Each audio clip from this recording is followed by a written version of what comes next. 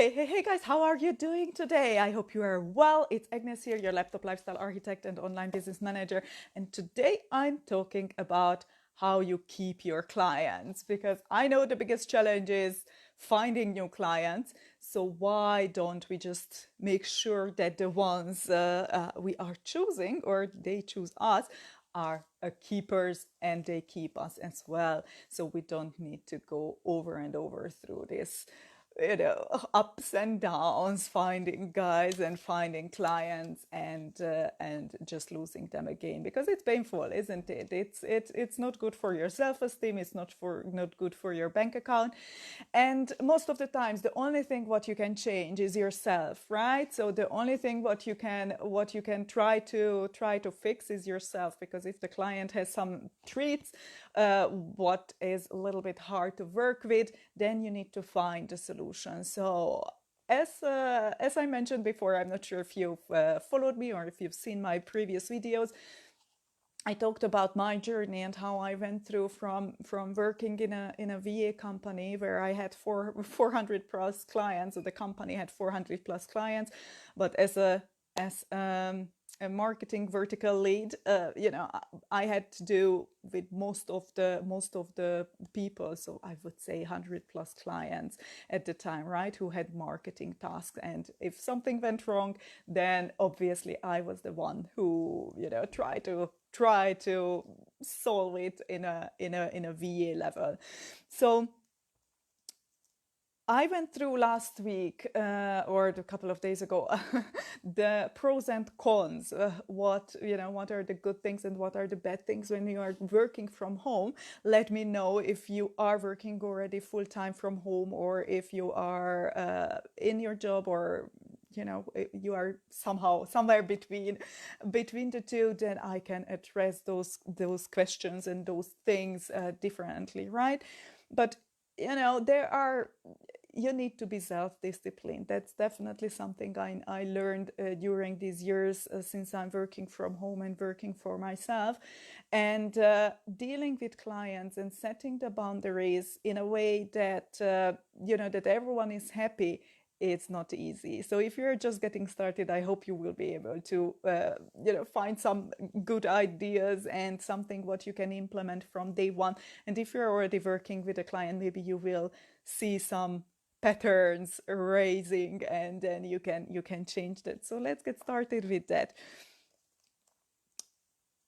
Getting started with a project is where you actually okay, let's start this, and then you can really create a base, a foundation for that project and for working together.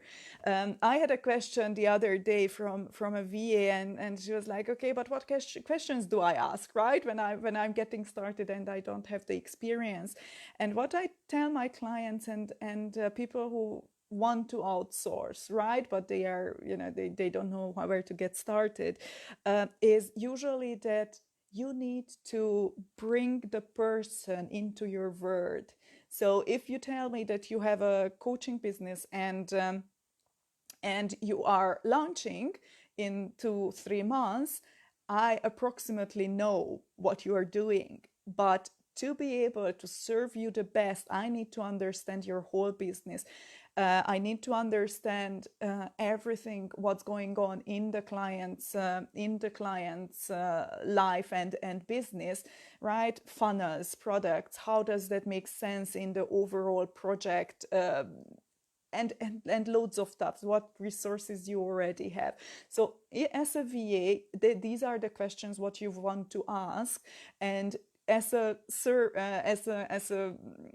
business owner who is hiring, those are the things what you really need to bring that person into your word, because all of these small things, all the people you are working with, all the stuff what you already created, everything actually at the end will make sure that the VA will be able to work with you, or if you are a VA, then you can work with your client actually the best possible way and serve him or her the best possible way, because you know what's going on, and you know what that project, what you are just getting started, or even if it's just a task, how does it fit into the bigger picture, or how does that fit into the word of the business owner, right? So big picture, very important. Seek information. So if you have some kind of experience in that field, what you are doing, what I hope you do, even if it's your first client, then you approximately know what you need to ask. But if you sit down and think about the project, what you will outsource, or what you will do for the client, then think about what's the end goal. What's the end goal where we would need to get the things back to the where do you get started. So for example, if you need to create a freebie for your client, then you know that you will need a funnel, you will need a landing page, a thank you page, you will need images, copy, and if you map out those things, you will need links. If you map out those things in advance and reverse engineer everything to the beginning, then you can ask the proper questions, right? Then you know that, okay, do you have this? Do you have that? So keep the end in mind from the beginning. Maybe your client doesn't really know, or it's not clear what the end goal is. But even if you break things down to bite-sized pieces and reverse engineer it, what actually you need at the end, right, to get started with the project, then you will be able to ask the proper questions. So that's definitely something. What after the big picture, focus on the goal of the task, and ask the proper questions, and ask the things what you will need to actually get started. Really important. Password and access, right? I hated those things when oh, okay, let's get started with the project. Shoot, I cannot get in. I'm in Europe, client is in the US. I have to wait extra whatever 6 hours until they reply. Or by Gmail, if you're logging in, you get the Gmail code. I sent people in the middle of the night the text messages, and they were furious. And obviously, right, I sit down, I have this time, I know approximately how long it takes excuse me, how long it takes, and then I cannot get started because of password issues. And then the whole thing changed. So before you get started with anything, make sure that you have all the resources what you need, all the passwords, you can get access while the client is maybe on the call, or that they are online. Can we just quickly make sure that that I can log in, and I can get started with the project. So things like this, small things like this, will make your day smoother, your task smoother, and will make sure that the business owner actually feels safer and knows, right, what, okay, I'm in good hands, she's handling it, right? So learn the big picture, what's going on, seek information and resources, and also very important, due dates. Not just the task what you are working on, but the overall project's due dates. Because if you know that maybe the due date is next Monday, but someone is waiting for that what you are creating, then you have to make sure that A, it's done, B, it's delivered to the next person, or C, it's just maybe you can even make it quicker to make sure that not waiting for everything until the due date it's coming, and then you realize, shoot, I don't have this and don't have that. So getting started with a project or with a task, and making sure that you're focused, and you can tell, okay, you hop on a call with the client, this is what we need to do. Fabulous, send me over the stuff. You think about it in the meantime, what you need. You list that out. I love Trello for those type of things. You list that out, what you need. When it comes from the client, copy paste it. Do you hop on the call with the client, or just in an email, in a video, in a voice message, whatsoever? You just let them know, okay, these are the resources what I need from you, and if you can, then send it over to me until today, end of the day, then I will be able to work on it on the next 2-3 days, because I allocate time for that. And this brings me actually to my last point, where you have to make sure that you are setting the expectations properly. There is nothing worse than a business owner sitting there and not knowing where you are at, what you're doing, and when you will be done with the thing. Because if we say that, oh yeah, oh yeah, you have time, then we usually mean 2-3 days. If we say we need that as soon as possible, it means it should have been done yesterday, right? So just learn the language what the client is using. But if you tell me that oh, fabulous, we are freelancers, we know that you are not sitting there 24/7 waiting for us to give you a task.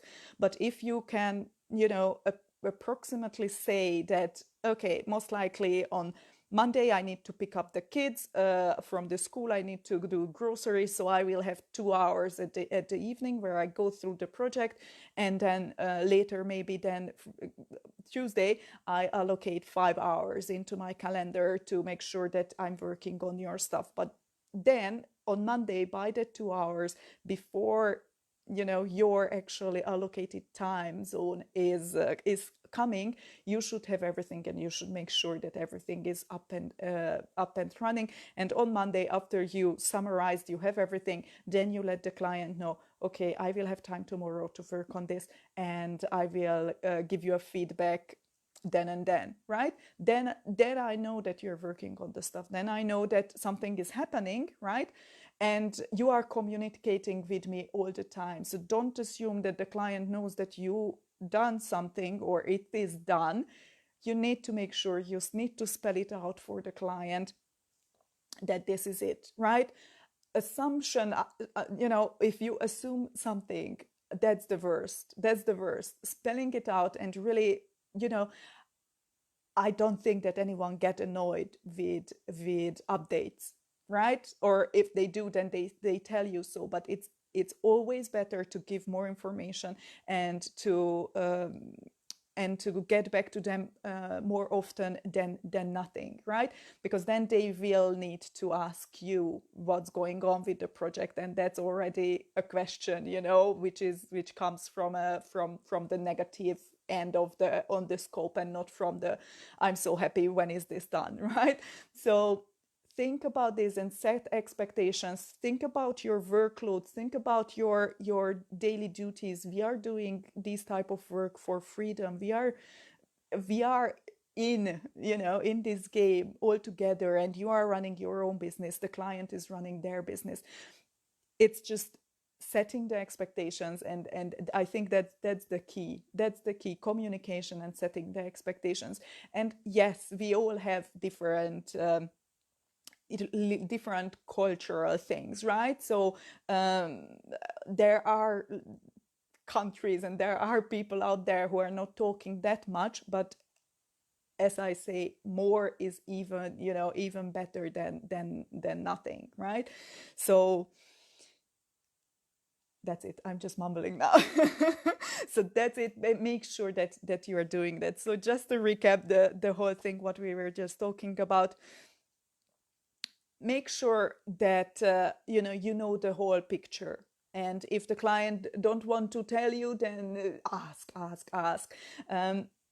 Make sure that you know the whole project, about the whole project, how you fit into that whole project. If there are people who are waiting of you, what's the due date, what's the overall due date, and make sure that you are proactive and you are thinking with the client, right? Because that's a huge thing. People need business owners need VAs and freelancers who think with them. We assume that the job you are doing, you are good at it, or even better than I am, right? So then you can make decisions. Then you can make decisions without me. you know what I mean, right? So you know what to do, right? And even if there are obstacles, then you can make an educated decision, and you can finish the task without me telling you something. There are people, of course, who love. I think even I would say even at the beginning of the relationship, work relationship, right? Make sure that you give feedback, and you learn what the preference from the client is, right? Because it is important to learn to know that even if you know, you can suggest an answer but ask for confirmation. Do you think it's okay if I'm doing it like this? As we are doing decisions all day long, right? It is easier if you give me two options and you say you would choose this because of that. And then I still have the option to, to decide if I think you're right or not, or if I think this is better this way or not. But if you are not even giving me an option, then it's less likely that I get back to you, right? Because then it's just another thing I need to have brain power for it or space for that, right? Obviously it comes from self-esteem, right? So obviously you need to know what you are doing to be able to make decisions for your client or when you are on the go. But I think if you are working, even if you are new, and you are doing something what you love to do and what your superpower is and what your zone of genius is, then it's not a problem, right? Because you do something what you love. When it comes to things what you are just getting started with, it can be a different thing, but then it's more important that you give feedback to the client, that you give ideas or suggestions, or at the beginning you just make sure that you do your research, and just that's why I tell everyone, work with that what your superpower is, because then tons of issues can be solved, and hire people for their superpower, what they love to do, what they are the best at, and from there actually you cannot go wrong. So communicate, seek information, work from your zone of genius, and set expectations and communicate with the clients. If those 4 or 5 things are okay and in place, then you cannot go wrong. Then it's just a matter of working together and finding out how you best fit together, and the client will be happy. People are looking for VAs with initiatives. That's why I called my group that, because that's what they want. That's what client needs, right? Cool, guys. Thank you very much for joining me today. Next week, I have a freebie workshop where we go through your freebie, or we go through ideas what you could offer. So let me know if you are interested, and then we can send you the link. Cool, guys. Have an amazing Friday and happy November. It's dark and it's rainy and it's cold where I'm at right now. Let me know how is it by you guys, and enjoy the rest of the day, and speak you next week on the freebie workshop. And I have a couple of other events coming up as well regarding all of the good things what VAs and freelance service providers can make sure that you find clients, you keep your clients, and that you are living the lifestyle what you actually deserve and want, because that's why the internet is such a cool place, isn't it? Cool, guys. Have an amazing day and speak you soon. Bye.